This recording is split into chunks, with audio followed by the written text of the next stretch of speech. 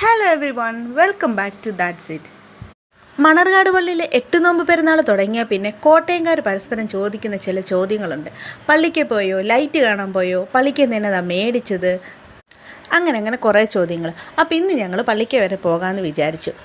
Main ഉദ്ദേശം light കാണണം, പിന്നെ അവിടെ ചിന്തിക്കട വഴിയൊക്കെ ഒന്ന് കയറി ഇറങ്ങി കുറച്ച് സാധനങ്ങളൊക്കെ മേടിക്കണം. ലൈറ്റ് കാണാനായിട്ട് ഓടിപ്പിടിച്ച് പോയതാണെങ്കിലും ഞങ്ങൾ ചെന്നപ്പോഴത്തേക്കും ലൈറ്റൊക്കെ അവർ അഴിച്ചു മാറ്റിയിട്ടുണ്ടായിരുന്നു. ഇന്നലെ വരെ അവിടെ ലൈറ്റും കാര്യങ്ങളൊക്കെ ഉണ്ടായിരുന്നു. ഇന്ന് പകലാണ് ഇവിടെ ലൈറ്റൊക്കെ അഴിച്ചു മാറ്റിയത്. ഞങ്ങൾ ചെല്ലുമ്പോൾ അവിടെ ആളുകൾ അതിൻ്റെ പണികളൊക്കെ ചെയ്തുകൊണ്ടിരിക്കുക, ലൈറ്റൊക്കെ അടിക്കുകയൊക്കെ ചെയ്യുന്നുണ്ടായിരുന്നു. പിന്നെ ഞങ്ങൾ ഈ മെഴുകുതിരിവട്ടമൊക്കെ കണ്ട് അഡ്ജസ്റ്റ് ചെയ്തു. ഇത് പള്ളിയുടെ മുമ്പിലുള്ളൊരു കുരിശാട്ടോ. അവിടെ കുറേ ആളുകളൊക്കെ വന്ന് മെഴുകുതിരിയൊക്കെ കത്തിക്കുകയും പ്രാർത്ഥിക്കുകയൊക്കെ ചെയ്യുന്നുണ്ട്. പണ്ട് ഇതിൻ്റെ ഒരു ന്യൂസ് ഉണ്ടായിരുന്നു. ഞാനിട്ട് 8-ലോ 9-ലോ കണ്ട് പഠിക്കുന്ന സമയത്ത് ഈ മെഴുകുതിരിയിൽ നിന്ന് ഈ കുരിശിൽ നിന്ന് എണ്ണ ഇറങ്ങി വരുന്നു എന്ന് പറഞ്ഞുകൊണ്ട് വലിയൊരു വാർത്തയൊക്കെ വന്നിട്ടുണ്ടായിരുന്നു. കുറേ തീർത്ഥാടകരൊക്കെ ആ സമയത്ത് ഈ പള്ളിയിൽ വരികയും ഈ കുരിശ് കാണാനായിട്ട് കുറേ ആളുകൾ വരികയും ഇതിൽ നിന്ന് ഒഴുകി വരുന്ന എണ്ണയൊക്കെ കുറേ ആളുകൾ ശേഖരിക്കുകയൊക്കെ ചെയ്തിട്ടുണ്ട്. അങ്ങനെ ഞങ്ങൾ പള്ളിക്കുള്ളിൽ വന്നു. നടയൊക്കെ അടച്ചു. പെരുന്നാളൊക്കെ കഴിഞ്ഞതുകൊണ്ട് നട അടച്ചു. ഇനി അടുത്ത 8 നോമ്പിൻ്റെ സമയത്ത് എന്തോ ഈ നട തുറക്കുകയുള്ളൂ. അധികം ആളും തിരക്കൊന്നും ഇല്ലായിരുന്നു കേട്ടോ. എല്ലാവരും രാത്രി ആയതുകൊണ്ട് തന്നെ 8:30 ആയി സമയം. അതുകൊണ്ട് തന്നെ അധികം ആളും തിരക്കൊന്നും ഇല്ലായിരുന്നു. കുറച്ച് ക്ലീനിങ് പരിപാടികളൊക്കെ അവിടെ ഇവിടെയൊക്കെ ആയിട്ട് നടക്കുന്നുണ്ടായിരുന്നു, അത്രമാത്രം.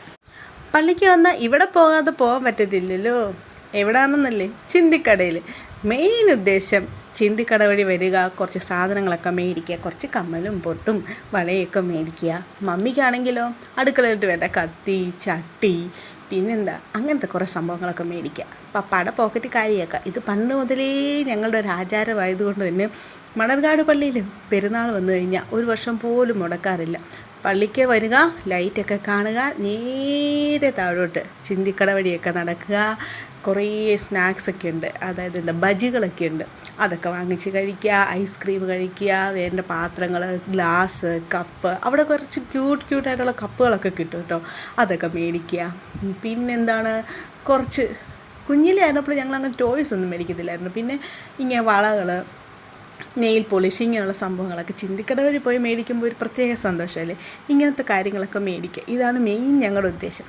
പക്ഷേ ഇപ്പം കുട്ടിയും കുടുംബമൊക്കെ ആയി കഴിഞ്ഞപ്പോഴേക്കും നമ്മുടെ ഡിമാൻഡുകൾക്കൊന്നും വലിയ വിലയില്ലാതെ ഇപ്പം ഇവന് വേണ്ടിയിട്ടാണ് കാര്യങ്ങളെല്ലാം. വിഹാൻ എന്താണ് വേണ്ടത് അതാണ് വാങ്ങുന്നത്. അപ്പോൾ ഈ പ്രാവശ്യം അവനൊരു ട്രെയിൻ വേണമെന്നായിരുന്നു പറഞ്ഞത്. അങ്ങനെ അവനൊരു ട്രെയിൻ വാങ്ങിച്ചു. പിന്നെ മമ്മിയുടെ സെക്ഷനിലേക്ക് കടന്നു. കത്തി, ചീപ്പ്, കണ്ണാടി, ഇങ്ങനെയൊക്കെയുള്ള ഐറ്റങ്ങളൊക്കെ, ഗൃഹോപകരണ സാധനങ്ങൾ, പാത്രങ്ങൾ, ഇങ്ങനെ കിട്ടുന്ന കുറേ കടകളുണ്ട്.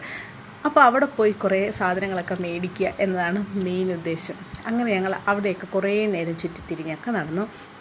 കുറേ സാധനങ്ങൾ മേടിച്ചു. അലുവ മേടിച്ചു.